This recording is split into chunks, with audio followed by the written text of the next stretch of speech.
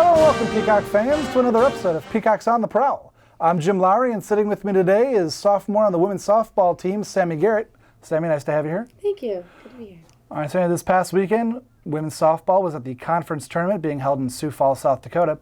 You had a great weekend. Let's specifically talk about the first game on Thursday. You guys played Winona State, and in the bottom of the 8th inning, you kind of put the nail in the coffin. Why don't you tell us about your walk-off homer in the bottom of the 8th inning? Well, just overall, the Winona game was a lot of fun. It was a very high intense game, not very high scoring. And then when we went to extra innings and I got up to bat, really, I just had the mindset of really wanting to start a rally, get on base, get moved. We really feed off each other well throughout the batting lineup. So my goal was really just to get on base, and I got a hold of a great pitch from a great pitcher and sailed it out, and it felt amazing. The best part was definitely rounding the bases, seeing my teammates, cheering, and the fans, and then, making history. We've never won the first game at the conference tournament as a team, so we made a little history, that day, and it was great. It was a great feeling. Now, when some of the girls on the team were watching the replay on the highlight reel afterward, they all noticed that between first and second base, you kind of skip, hop, jumped a little bit there. Right about when you realized that the game was in fact over. I think up until that point you were just running flat out, and then you kind of saw that the ball had sailed. What was in that moment? It just looked like a moment of pure joy. What was that moment for you?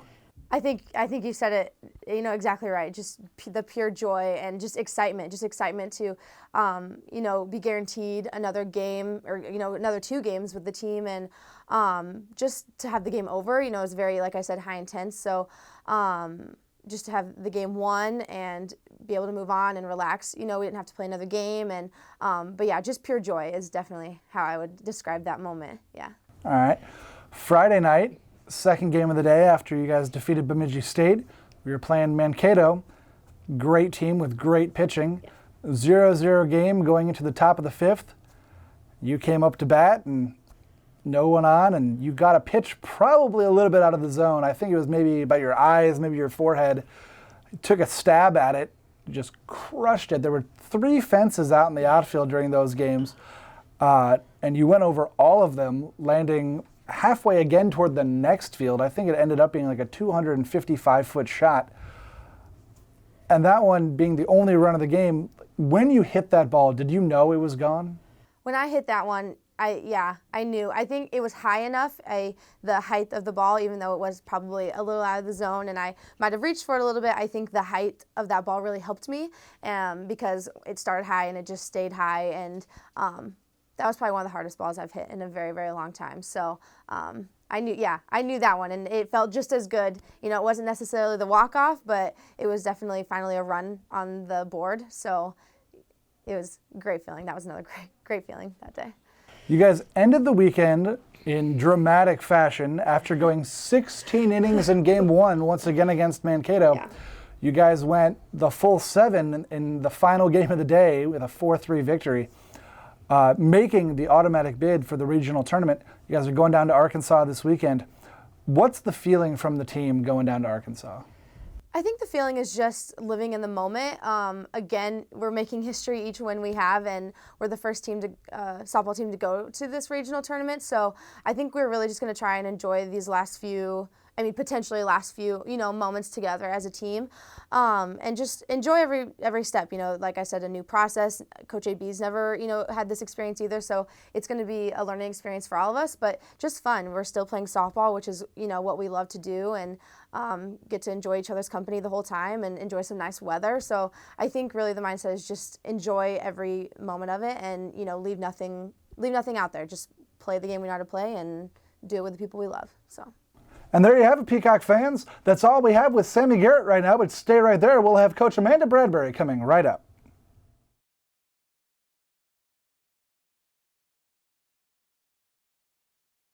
And we're back, Peacock fans. Joining me now is head coach of the women's softball team, Amanda Bradberry. Coach, it's nice to have you here. Thanks for having me. All right, Coach, tell us what this new decoration on my interview table is here. Yeah, this is the Northern Sun Softball Tournament Champion Trophy that the softball team brought home this past weekend after a great performance. And it was a great performance this weekend. We've already talked to Sammy Garrett about it. Go ahead. It started off on Thursday, the first round. You guys had Winona State. Kind of tell us about the game a little bit. we started with a great showing against Winona. We were the 3 seed, they were the 6 seed, so we were the home team. Brooke came out and threw a good game. We had the feeling going into the game that she had thrown pretty well against them the first time we played them, and so just went with that. And then our bats got hot when we needed.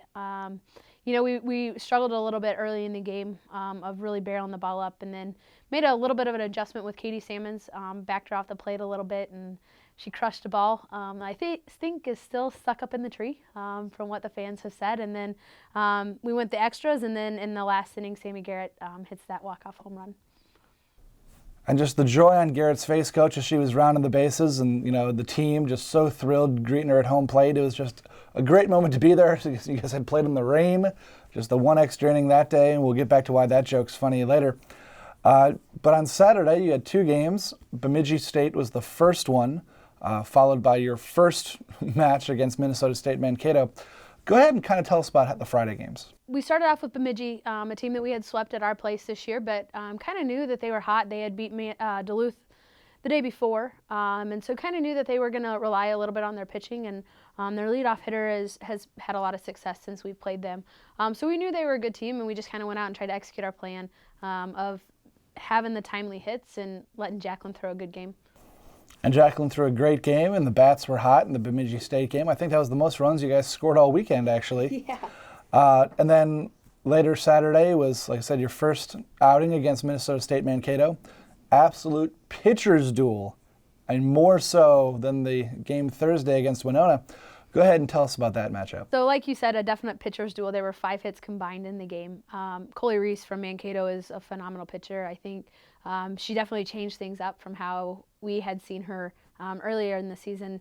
But I think Brooke threw absolutely tremendous. Somebody that Mankato hadn't seen in a while, and they really were guessing at what she was going to throw, and just got really frustrated in the box. So that was fun to see Brooke have that success and just totally annoy people. And then, like you said, the timely hitting, just Sammy Garrett, again, coming up clutch. I think it's kind of fun with her being in the 9-hole for us. I think a lot of people kind of just think, oh, well, we're just trying to roll over the lineup. But we really expect a lot out of Sammy. She's definitely kind of my second spark in the lineup, and so it was fun to see her have that success 2 days in a row. And the team afterwards that game, you would have thought they had just won the World Series. They were going so nuts on the field afterward. They were thrilled. Just the excitement carried over. And then you guys had the rain cancellation on Saturday, had to wait an extra 24 hours to finish the tournament. But it didn't seem like the energy on your team had diminished at all. You guys came in Sunday morning.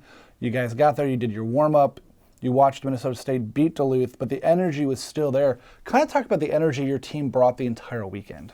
I think it just goes back to how close they are. I think without a doubt, all 19 of them have kind of their role. And part of that is we have people that are our energy suppliers. And so those girls were on point all weekend and really drove the team. And then it's easy to have energy and be excited when you're playing well. And so I think we just kind of fed off of all that stuff. And, when you're in a new spot at a situation you've never been in before, I think it's just fun and exciting. And these guys love the game. They love each other. They love the game. And so it's easy for them to have energy and have fun. So we get to Sunday afternoon.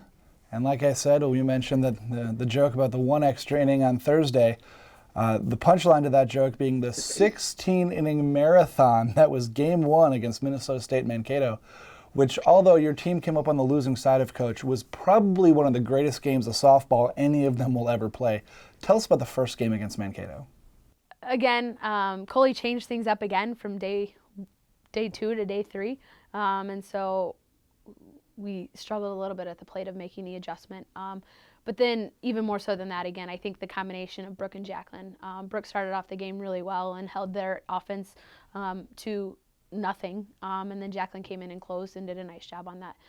Never easy to have the game walked off by somebody else. I think it's just that sinking feeling in your heart. But I think, we talked between games about never letting a team sweep us. That was kind of one of our things for the year, is nobody had ever swept us on the year. And so we kind of went with that theory and just being blessed to have that second opportunity. We had done so well for the first couple games of the tournament to put ourselves in the position that somebody would have to beat us twice. And so we had that opportunity and we took advantage of it. All right, Coach, and with that opportunity, the second game against Mankato, Luckily, this one didn't go 16 innings, just the normal 7. Go ahead and tell us about the final game of the tournament. Well, Mankato came out with their second pitcher, Libby Bemis, somebody we hadn't seen all year because we didn't get to play the second game against them earlier in the season. So I think, it took us a little bit of time to adjust, but then I think our bats got going and we really barreled balls up a couple times right at people, which is kind of disheartening sometimes. We had a runner on first with 1 out, and Erica Kurgan smoked a line drive at the third baseman and got doubled off, So I felt like our bats finally got going. Enough to get the job done. And then, again, having that duo of Brooke starting and Jacqueline finishing that game, I think it's really hard for an opponent to make the adjustment from 1 to 2, or from the starting pitcher to the closing pitcher. And so I think we were just able to hold off enough. Another big thing that happened during that game was the baseball team came over after they had finished their game. And I think that just supplied us with the little bit of extra energy we needed just to close off the game. All right, Coach. In that one, it was Tara Walls who had a home run. She also homered against Bemidji. She had a really great weekend as well. We've been talking about Sammy Garrett. Tara Walls' weekend, though, just great as well. And that one straight down the line. And it was like a bad movie. Stay fair, stay fair. Like everybody waiting to see where that one landed, and it was fair of the pole. Talk about like the feeling, because those were the go-ahead runs at that time. Go ahead and talk about the feeling when that ball went over the fence. I think it was just, again, pure elatement. We just got excited for her. She got injured a couple weeks ago, and so she's finally getting back from that injury. I think it kind of kept her from having the at-bats that she wanted, and it was really frustrating to her. And so coming back from that injury, I think she's kind of what I would say back. And so she's just been battling and having good at-bats. And I think, again, just pure excitement for her success, but also just that go-ahead run. That we scored the first one and then they answered. And so to get back ahead was really exciting. Final pitch of the game, Coach. You guys are watching from the dugout. A different style of dugout than you guys are used to, because you actually have to come out of the dugout and through a separate fence. And Jacqueline threw the pitch, and pretty much as the ball was hit, you had jumped up and were running for that fence door to get onto the field. I think you might have beat the out onto the field. Just a great moment, and nothing too nerve-wracking as Jacqueline made the simple play over to first on the grounder that came to her at the pitcher's spot. Do you even remember what the feeling was when you ran out to the field with the team? I think for me, it was just pride. I am so proud of the kids that I get to coach every day and get to go to work with. I've told them a couple times, it's just these kids are phenomenal. They make a statement of who Upper Iowa softball is. And so I think I just had pure joy and pride for them, and just excitement that they had done this. It's, again, I've told them many times I wouldn't go to war with anybody else. And so I think just to have them win so many battles to actually take home the trophy was so exciting for them. All right, Coach, this weekend you got the regional tournament. Yeah. Your first game's going to be against Arkansas Tech, when you guys go down to Arkansas there. What are you telling the girls to get ready for that one? Live in the moment. That's something that we've also talked about this year, is playing pitch by pitch and not being overwhelmed by the situation. And I think that's something that we mentioned in our team meeting yesterday, was just enjoy the moment, because this is something that, not everybody gets to experience, and not everybody is going to have the opportunity to step on that field tomorrow. And so just being in the moment. And, I think, to be 100% honest, we have a little chip on our shoulder, being selected as the 8th seed. I think we just want to go out and play, execute our pitches, execute our plan, make the adjustments offensively, and see what happens. I think it's kind of one of those opportunities where we've achieved such a huge goal, and so now let's live in the moment and have a blast. And there you have it, Peacock fans. Your NSIC tournament champion Peacocks will be back in action Thursday. They'll be at the NCAA Regional Championships. Their first round game is against Arkansas Tech. You'll be able to catch all the results on UpperIowaAthletics.com, and there will be a link to watch the game live Thursday night. Until next time, Peacock fans, I'm Jim Lowry. Thank you for watching.